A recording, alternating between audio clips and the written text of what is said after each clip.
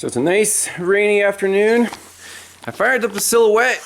It didn't quite start as well as it usually does, and it started up as running rough. Put under load, you feel a misfire. Cylinder number 1, remember that coil that we changed? There's a reason for it. Mainly this. You can see a lot of gray sky through that gap. It's ridiculous. This van was, let's just say, neglected for a while until it started misfiring. Then they're like, oh, let's scrap it. Check out this gap. No feeler gauges are required, just a micrometer. Almost 3 millimeters.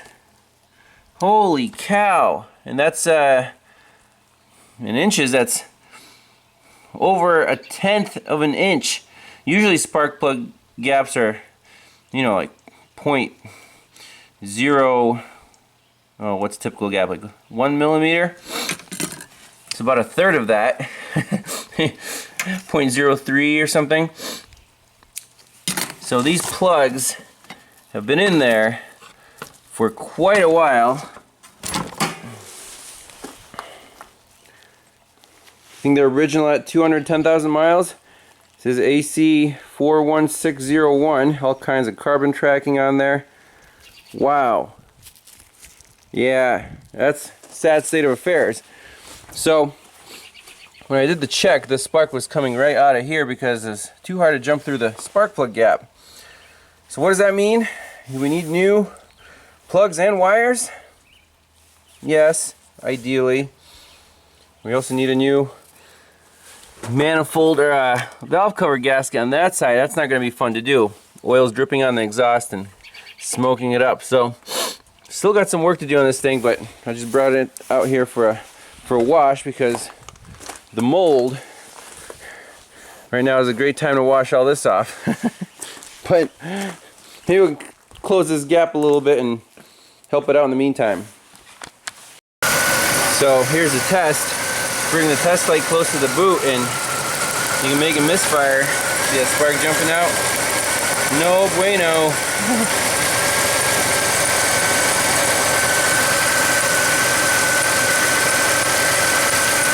Yeah, a shame.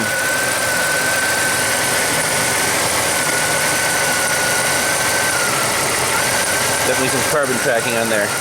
You could take this apart and shorten it a little bit. But I mean, this whole boot is, you can see it's, the boot insulation is breaking down right there. And check all the other ones, spray some water on there.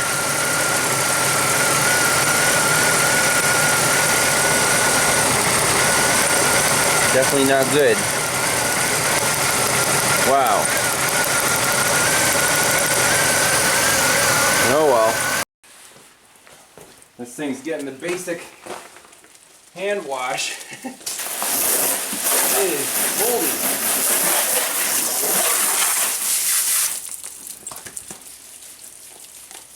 Maybe if I make it look nicer, my wife won't be as upset that I'm keeping it in the driveway, right? I'm sure a lot of guys deal with that problem.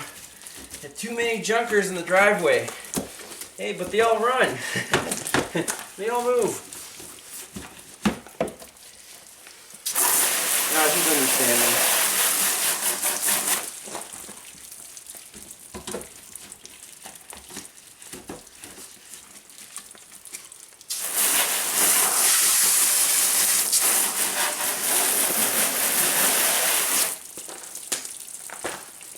Might actually look halfway decent after a little wash.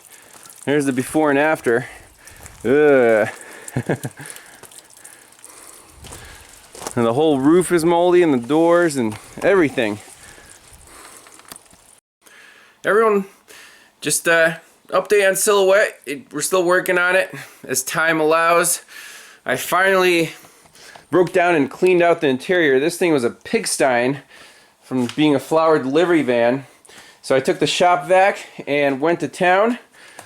Hey, it's looking halfway decent. The beige interior, not bad.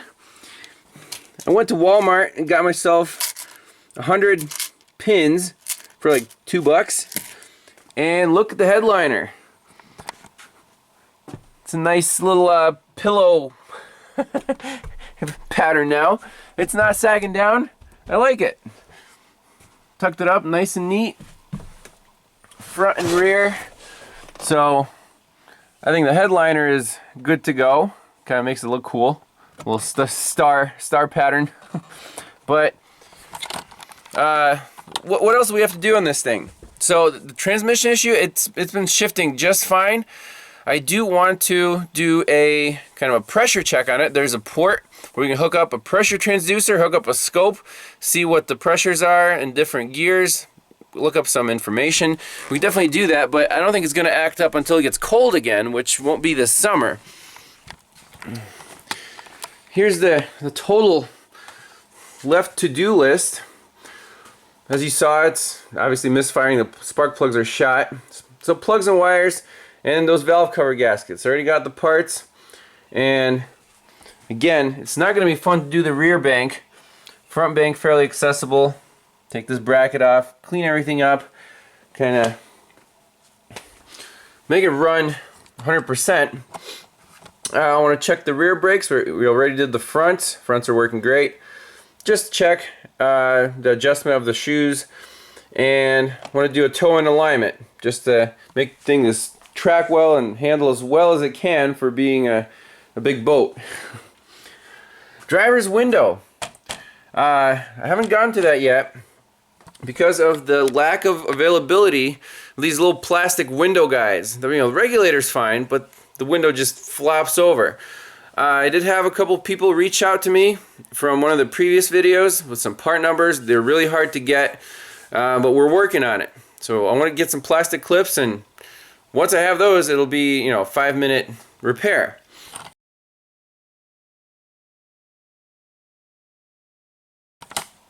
Turn signal stock. It's broken. It's hanging down. I just want to shove it back in there somehow, maybe thread it. Again, take a little bit of time. Air conditioner.